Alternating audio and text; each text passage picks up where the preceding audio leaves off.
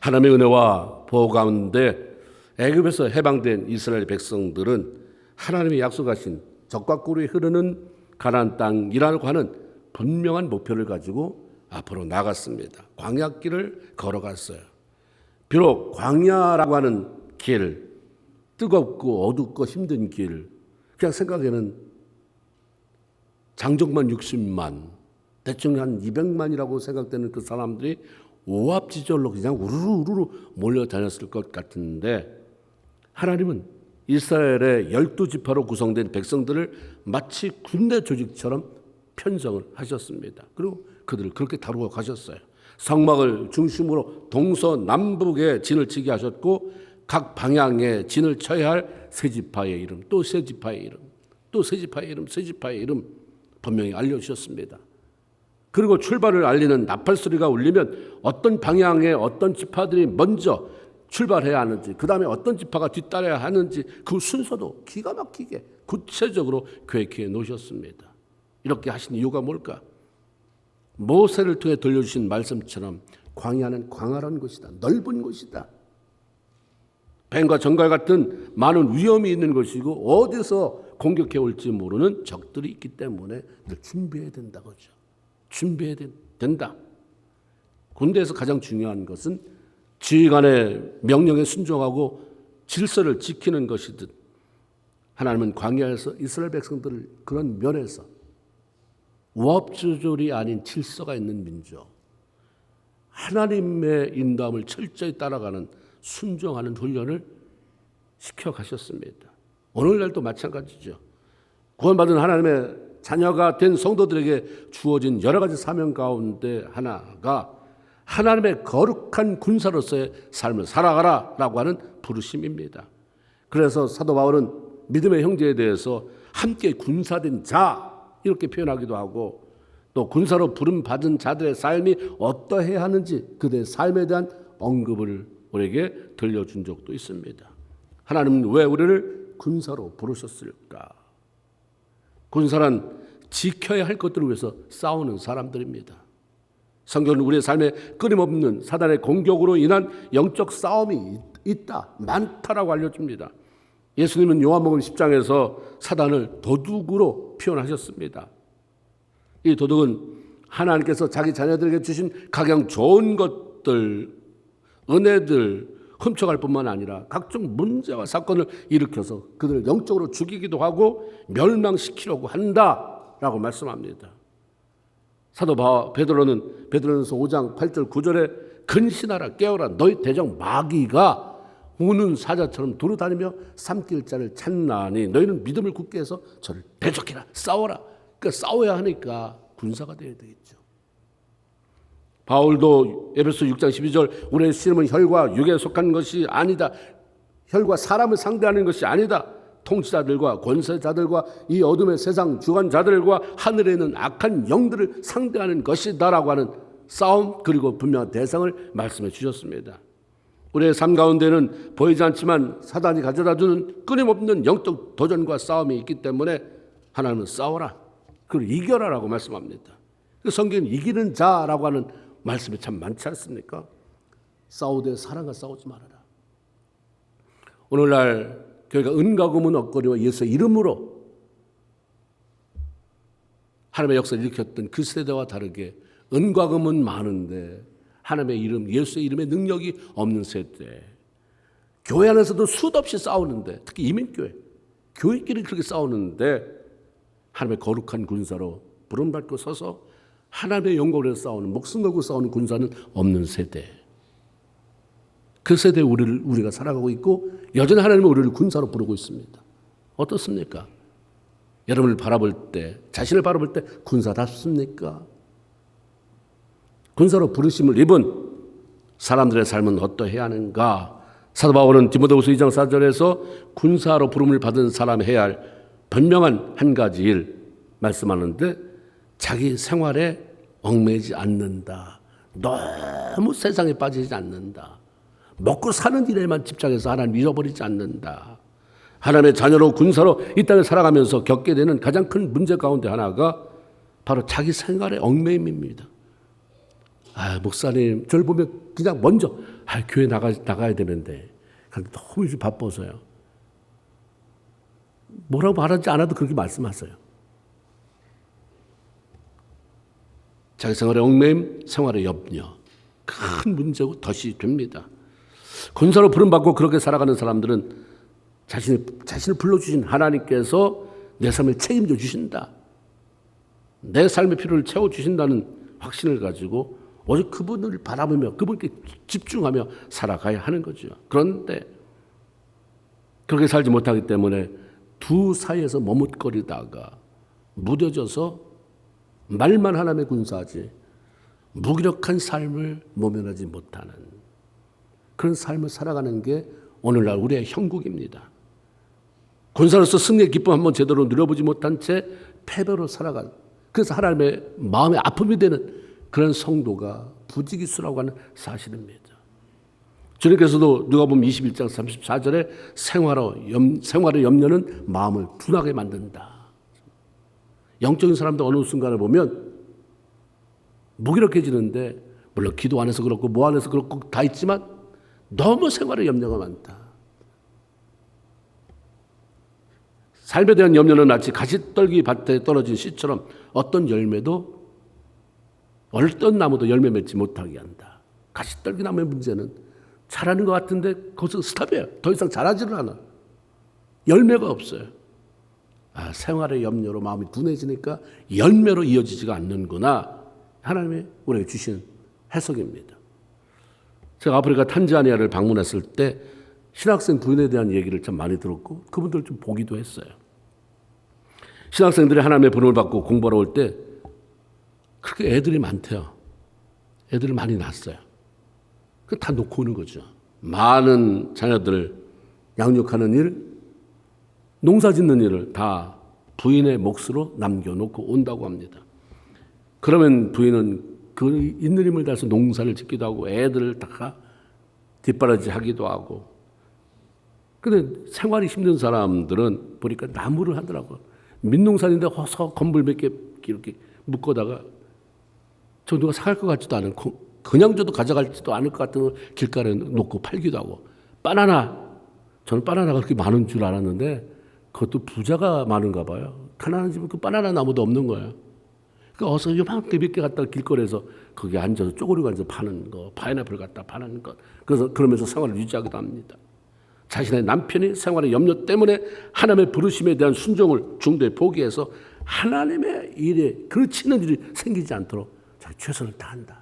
그게 그들의 답이에요. 군사로 부름받은 자, 하나님의 자녀가 반드시 처리해야 할 게 삶의 염려입니다. 그래야 자신의 부르심에 집중할 수 있고 최선을 다할 수 있고 그런 삶의 자신을 거룩한 군사로 불러주신 하나님을 기쁘시게 할 수 있기 때문입니다. 군사에게 요구되는 것은 싸움을 잘하는 거예요. 잘 싸워야 돼요. 그렇기 때문에 군사들이 해야 할 일은 무엇보다도 싸움에 필요한 무기들을 잘 갖추고 그것들을 제대로 잘 활용할 수 있도록 훈련해야 하는 것입니다.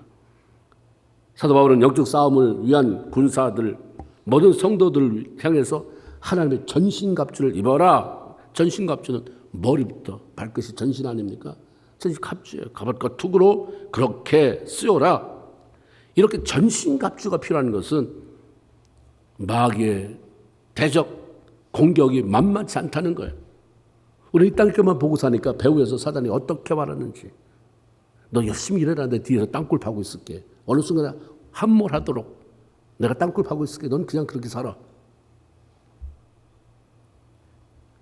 영적인 눈으로 바라볼 때는 이게 너무 심각한데 우리가 모를 뿐이죠. 그러니까 주님이 사도 바울이나 이런 주의 종도를 통해서 근신해라, 깨어라. 지금 그럴 때가 아니다. 전신갑주를 입고 네가 영적 전투 태세를 갖춰라라고 말씀하는 거예요. 오늘 사자같이 덤벼드는 마귀와의 싸움에서 최종 승리자가 되기 위해서 철저하게 무장되어야 한다는 말씀입니다. 사도 바울은 하나님의 군사가 갖춰야 될 두 가지 종류의 무게에 대해서 말씀합니다. 아까 읽었던 그 말씀, 여러분 빠른 시간에 읽었지만 좀 더 면밀하게 살펴보면 하나는 방어용 무기가 5개가 있고 하나는 공격용 무기 하나가 있습니다. 진리의 허리띠, 의의 호심경, 심장을 보호하는 평안의 복음의 신, 믿음의 방패, 구원의 투구, 모두 상대의 공격을 막아내는 방어용 무기입니다. 그런데 한 가지, 성령의 검, 이것은 적극적으로 상대를 공격하는, 찔러대는 공격용 무기인 것이죠. 최대 방어는 공격이라고 하는 말이 있듯이 사단의 공격에 방어만 하면서 자꾸 뒤로 물러서다 보면 어느 순간에 쓰러질 수밖에 없어요. 가다가 뒤로 넘어질 수밖에 없어요. 그러나 방어용 무기들로 마귀의 공격을 막아내면서 동시에 성령의 검으로 공격해 들어갈 때 결국은 승리를 맛보게 된다 말씀하는 거죠. 17절은 성령의 검은 하나님의 말씀이다. 아주 분명하게 얘기해 주십니다. 마귀의 공격의 말씀, 영적 싸움에서 승리할 수 있는 비결은 성령의 검을 잡아라. 하나님의 말씀을 단단히 붙잡고 그 말씀을 적절하게 잘 사용하는 것이다라고 알려줍니다. 하나님의 말씀인 성령의 검을 잘 사용하기 위해서 어떻게 해야 하는가? 말씀을 읽어라. 그 검을, 그 용도를 살펴라. 무턱대하지 말고 하나님 말씀. 요한계시록 1장 3절 이 예언의 말씀을 읽는 자들과 듣는 자들과 그 가운데 기록한 대로 지키는 자가 복이 있다. 읽는 자, 듣는 자, 지키는 자. 우선 읽는 자예요. 모든 값진 물건에는 사용 설명서가 들어있습니다. 우리가 그걸 제대로 쓰지 못하는 이유는 내 생각 가지고 남한테 들은 것 가지고 그 물건을 쓰기 때문이지 사용 설명서를 제대로 읽어보면 이런 게 있었구나. 이런 베네핏이 있구나. 아, 이렇게 써야 되는 거구나. 이렇게 안 쓰면 기가 쉽게 망가지는구나 알게 되는 거죠. 일단 사용 설명서 읽어봐야 되는데 너무 글씨가 조그마서 안 읽어봐요. 사실 죄송한 말씀이지만 저도 물건 샀을 때 사용 설명서를 읽어본 게 거의 없어요. 거의. 근데 그걸 제대로 하려면 설명서 읽어야죠. 고급일수록 설명서는 반드시 있습니다. 성령의 검의 효능을 극대화하는 길은 하나님의 말씀을 충분히 읽고 아는 것으로부터 시작이 됩니다. 말씀을 읽고 성령의 검을 다루는 방법을 알아야 제대로 사용하고 제대로 자유자대로 사용해야 우리가 승리할 수 있는 거죠. 오늘날 군사로 본을 받은 성도들의 삶이 무기력해지는 이유는 하나님의 말씀이 없다 이 말이에요. 다요. 다른 거는. 말씀 빼고는 다요. 말씀을 읽는 시간을 빼놓고는 기도를 못하는 것은 죄책감을 갖는데 성경 안 읽는 것은 별로 죄책감이 없어요. 그러다 보니까 삶이 무기력해지는 거예요. 어저께 제가 이제 장애 체육대회 틈틈이 가서 사람들도 만나고 인사도 하고 격려도 하고 그런 가운데 어제 어떤 다른 교회 직분자 한 분을 만났어요. 이야기하는데 그분이 그런 얘기를 해요. 목사님, 제가 요즘 며칠 안 됐지만 큰 결단을 했습니다. 한 열흘 정도 됐어요. 근데 무슨 결단을 했는데요? 제가 참 목사님 부끄럽지만 교회 오래 다녔습니다. 직분자가 됐는데 이제 나이가 들으면서 깨달아지는 게 내가 너무 성경을 안 읽고 살았구나. 너무 내가 성경에 무식하구나. 그래서 내가 얼마나 무기롭게 살았나, 얼마나 많은 것을 놓치고 살았나 깨달아서 이제 뒤늦게 깨달아서 이제 매일 하루에 한 장이라도 성경을 안 읽으면 밥을 안 먹겠다. 자기는 세 끼를 먹는데 다 세 끼 다 성경 안 읽으면 밥을 안 먹겠다. 저는 그냥 그렇게 들었는데 그분은 굉장히 비장해서 굉장히 격려했어요. 큰 결정했다고. 그게 그분만의 이야기일까 생각을 해봤어요. 많은 경우.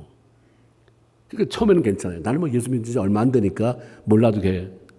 근데 이게 10년, 20년 되고 내가 집사가 되고 권사가 되고 장로가 되고 그러면 그 다음에는 모르는 게 창피해서 말을 안 하려고 입을 다물어버려요. 그러니까 무슨 영향력이 입을 통해서 나가야 되는데 못 나가는 거죠.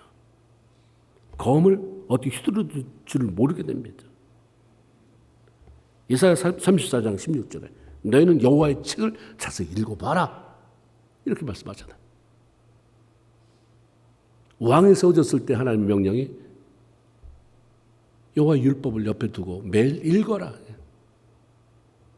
제일 중요한 거는 무슨 말인지 모른다는 그 이유가 되잖아요. 그냥 읽으래잖아요. 읽으면 내가 깨닫게 할게. 내가 성령으로 조명할게. 예수님은 어려서부터 하나님의 말씀에 관심이 많으셨고 말씀 잘 알고 계셨던 것 같습니다. 그 12살이 됐을 때 성전에서 그 기라성 같은 율법사들, 서기관들, 종교 지도자들과 함께 앉아서 그분들의 말을 듣기도 하고 또 거기서 묻기도 하고 그리고 그분들이 감탄해하는 그런 모습이 누가복음에 나오고 있습니다. 이것은 예수님이 어렸을 때부터 12살의 얘기니까 그보다 더 어렸을 때부터 말씀을 많이 읽었다는 얘기죠. 그래서 예수님께서 우리에게 하신 말이 뭡니까? 요한복음 14장 21절에 나의 계명을 가지고 지키는 자라야 나를 사랑하는 자니. 나를 사랑한다고 수없이 말해도 성경 관계없으면 나 사랑하는 게 아니다. 네가 원하는 식으로 나를 사랑하지 말고 내가 원하는 식으로 나를 사랑해라. 열심히 일하면 나를 사랑하는 것 그것도 되겠지. 헌금 많이 하면 나를 사랑하는 것 그것도 되겠지. 내가 사랑한다는 그 표현은 나의 그 love language는 네가 성경에 있는 거야. 하나님 말씀이 너무 좋아서 우리도 말씀 읽었습니다. 내가 원하는 그거야. 나를 사랑한다는 표현은 그거다. 내가 인식하는 그 코드는 바로 성경 읽는 거. 그리고 그 말씀대로 살려고 애쓰는 거. 나의 계명을 가지고 지키는 자라야 나를 사랑하는 자요. 나를 사랑하는 자는 내 아버지께 사랑을 받을 것이요. 나도 그를 사랑하여 그에게 나를 나타내 보인다. 하나님 보여주세요 그렇게 기도 안 해도 성경 읽어. 말씀대로 살고 말씀에 대한 감격을 가지고 살면 내가 순간순간 내 삶 가운데 나타내 보여줄게가 주님 하신 말씀입니다. 성령의 감동으로 마음이 뜨겁게 타오르고 그 마음으로 영적 전투에 임하게 된다면 어떻게 패배할 수가 있겠는가? 어떻게 승리의 고백을 하지 않을 수 있겠는가가 결론이에요. 또한 우리가 성령의 검을 제대로 잘 사용하기 위해서 말씀을 읽어야 되는데 특별히 하나님의 말씀에 가감하지 말고 있는 그대로 받고 순종해라 하는 사실입니다. 내 마음대로 하나님의 말씀을 제한하지 말아야 됩니다. 우리는 정말 성경보다는 주님의 말씀 복음보다는 내가 복음이 너무 많아요. 이거는 요즘 사는 세상 사람이 이렇게 기도하고는 어떻게 살아? 이렇게 하고는 어떻게 살아? 이렇게 하고 이렇게 손해보고 어떻게 살아? 내가 다 잘라내고 내가 할 수 있는 것만 집어넣고 사는 내가 복음이 너무 연약해. 몇 줄기 되지가 않아요. 그냥 있는 그대로. 힘들지만 하나님의 말씀은 놀라운 게 뭐냐면 안 될 것 같지만 하면 된다는 게 하나님의 놀라운 은혜의 말씀이에요. 예수님이 시험 당했어요. 40일을 굶주리고 금식하고 나서 굶주린 상태로 사단의 공격을 받게 됐습니다. 사탄은 내가 만일 하나님의 아들이면 이 돌을 떡이 되게 해서 배고픔을 면하라 먹어라. 그때 예수님은 기록되었을 때 사람이 떡으로만 살 것이 아니라 하나님의 입으로 나오는 모든 말씀으로 산다. 신명기 8장 3절 말씀을 인용하셨어요. 희한하고 놀라운 것은 그렇게 말했으면 그런 말씀이 어디 사탄이 사족을 안 붙인다는 거예요. 그냥 넘어가요. 그 다음 단계로. 말씀이 정확하게 그렇게 선포되니까 사탄이 하나님의 말씀이 그걸 내가 뭐 대단한 능력이 있든 없든 하나님의 말씀이 이렇다. 그래서 나도 그렇게 따르라고 한다. 그래서 못한다. 그래서 나는 그거 한다. 여기 파워가 있구나. 알게 되는 거죠. 포기하지 않는 사단은 예수님을 성전 꼭대기에 세우고 내가 만일 하나님의 아들이면 뛰어내려라. 그러면 성경에 시편에 기록되어 있지 않느냐? 너희 아버지 하나님의 아들이라면 천사들이 보내서 네 발을 붙들어서 발이 돌에 부딪히지 않게 할 거 아니냐? 예수님이 똑같이 말씀하세요. 기록되었을 때 주 너희 하나님을 시험하지 말아라. 그 다음에도 사족이 안 붙잖아요. 그러자 사단이 예수님을 높은 산으로 데려가서 천하만국과 그 영광을 다 보여주면서 세 번째 시험을 합니다. 그런데 놀라운 것은 첫 번째, 두 번째하고 다르다는 거예요. 패턴이. 세 번째는 내가 만일 하나님의 아들이거든이 생략됐어요. 첫 번째는 내가 만일 하나님의 아들이거든. 비웃고 냉소적이에요. 두 번째도 내가 만일 하나님의 아들이거든. 근데 그게 없어요. 세 번째는 그냥 내가 만일 이렇게 시작돼요. 사단은 어떤 유혹도 굴하지 아니하고 흔들리지 않고 구약의 말씀을 인용해서 기록되었을 때 내 생각이 아니라 내 말이 아니라 우리 아버지 하나님이 여기 써놓은 말씀에 의하면 이렇게 가감없이 담대하게 선포하는 예수로부터 두려움을 느낀 것 같고 그분이 정말 하나님의 아들이라고 하는 사실을 인정하지 않을 수 없었던 것 같습니다. 그러니까 더 이상 내가 하나님의 아들이라면 이라고 하는 오만방자한 발언을 끝내버렸어요. 예수님 마지막 시험에 대해서도 기록되었을 때, 여전히 기록되었을 때 사탄이 어떤 패턴으로 공격해오든 상관없이 기록되었을 때 하나님의 말씀이 이렇게 되어 있다. 사단아 물러가라. 기록되었을 때 주 너희 하나님을 경배하고 다만 그를 섬기라 했다라고 말씀하심으로 넉넉히 승리했습니다. 처음부터 끝까지 기록하였을 때로 시험을 이기셨어요. 말씀이 이기게 만들어요. 말씀이 그렇다. 말씀이 이거 아닌데 불같은 시험에도 하나님이 기뻐하라고 해서 기뻐하는데 이거 미친 짓 아닌데 내 안에서는 참 힘들고 어렵죠. 환경이 힘들지만 주님이 기뻐하라고 했으니까 하나님 기쁩니다. 주님 말씀하셨어요. 왜 기뻐하는지 모르지만 기뻐합니다. 나 대팔 싸우고 왔거든요. 근데 이 예배 시간에 하나님 기뻐하라고 해서 그냥 손들고 찬양합니다. 안 하고 내 감정에 그대로 있어봐요. 더 큰 무거운 짐을 지고 나가게 되지만 무거운 짐을 가지고 왔지만 내가 하나님의 말씀에 반응해서 찬양하다 보면 기뻐할 일이 없는데 기쁨이 스물스물 올라오게 되고 그러면서 나도 모르게 무슨 일이 있었는지가 생각도 안 나고 큰 힘을 받고 돌아가게 되는 예수 믿는 사람은 말씀에 반응하면서 사는 거예요. 내가 무슨 능력이 있다고 내 감정에 반응해요. 그게 날 죽일 뿐이지 내 감정에 아무리 해봐야 내 감정에 충실한 사람은 신앙생활을 오래 해도 안 자라는 거예요. 근데 신앙 경력이 얼마 되지 않아도 말씀 이래라고 했으니까 순종해야지. 말씀 이래라고 했으니까 한번 그대로 해봐야지. 그래서 단순하고 순수한 사람이 신앙이 빨리 자라요. 복잡하고 머리 굴르고 막 재는 사람은 안 자라는 거예요. 너무 말씀을 많이 단도질을 해버려서 내가 하고 싶은 대로만 남겨놓고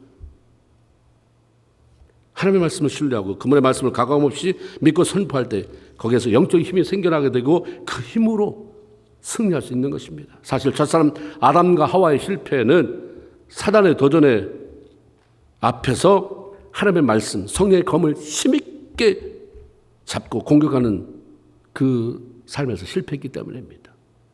그 말씀의 검을 힘있게 못 잡았어요. 마귀가 찾아와서 그냥 한번 던져본 말이에요. 하나님이 만들어서 참으로 좋다고 했던 그 인간 도대체 어느 정도일까? 저렇게 교회 생활 열심히 하고 저렇게 봉사만 하는 사람 신앙 어느 정도일까? 건드려 보는 거죠. 하나님이 참으로 너희들로 동산 모든 나무의 실과를 먹지 말라 하시더냐? 알고 물어보는 거예요. 먹지 말라고 했다는 얘기를. 하나는 처음부터 걸려들어요. 창세기 3장 2절 3절 여호와가 뱀에게 말하되 동산 나무의 실과는 우리가 먹을 수 있으나 동산 중앙에 있는 나무의 실과는 하나님의 말씀에 너희는 먹지도 말고 만지지도 말라 너희가 죽을까 하노라. 굉장히 대답을 잘한 것 같지만 하나님은 먹지 말라고만 말씀하셨어요. 그래서 거기다 먹지도 말고 만지지도 말아라. 좀 짜증나는 거죠. 하나님의 명령에. 왜 이런 말씀을 넣어가지고 뭐 먹지 말래나 뭐 마시지 말래나 그랬잖아요.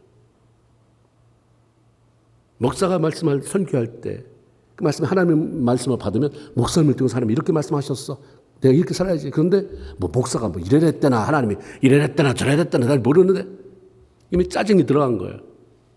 뭐 먹지 말래나 만지지도 말래나 사단이 얼마나 희열을 깨서 와 틈이 벌어지는구나. 한 걸음 더 갔더니 죽는다가 아니에요. 죽을까? 자기 마음대로 약화시키자. 죽을 수도 있고 아닐 수도 있고. 언제 하나님이 그렇게 말씀하셨어요? 죽는다. 근데 설마 죽을까? 나같이 열심히 봉사하는데 나같이 헌금 많이 하는데 설마 죽일까? 죽는다. 죽었잖아요. 영적으로. 처음에 인류 처음으로 만든 아담과 하와인데도 하나님이 그냥 그대로 잘라버렸어요. 사단의 유혹에 넘어가 하나님과의 관계를 깨뜨리고 에덴에서 쫓겨났습니다. 말씀 그대로 믿고 선포하고 그렇게 사는 것이 승리의 비결입니다. 사단이 가져다 놓는 모든 문제를 향해서 그 거짓말들을 향해서 말씀 선포하는 것이고 성령의 검을 갖다 내리꽂는 것입니다. 나 고통스러운데 뭐 이래 저래 뭐라고? 우리 하나님은 나를 치료하는 여호와라고 말씀하셨다. 내게 근심 걱정 주는 내가 이런 아픔을 주는 병마야 내가 예수의 이름으로 명하는 떠나갈지어다. 말씀의 검을 찍는 거죠. 지금 마가복음 16장에 병든 자에게 손을 얹으면 낫는다 말씀하셨으니 나도 선포한다. 병마에 떠나갈지어다. 예수의 이름으로 귀신을 쫓겨난다고 했으니 나를 괴롭히는 우리 가정을 괴롭히는 흑암의 권세는 예수의 이름으로 명하노니 떠나갈지어다. 성의 검을 꽂는 것입니다. 그러면서 하나님이 하시는 일을 경험하는 게 우리 군사의 사명이에요. 하나님의 군사된 우리 모든 성도들이 성령의 검 하나님의 말씀 위에 분명히 서고 그 승리하는 삶, 그래서 하나님을 좀 기쁘시게 해드리는 삶을 살아갈 수 있게 되길 주의 이름으로 축원을 드립니다. 아멘. 기도합시다. 말씀의 검 잡고 계신가요? 말씀의 검, 성령의 검 제대로 쓰고 계신가요?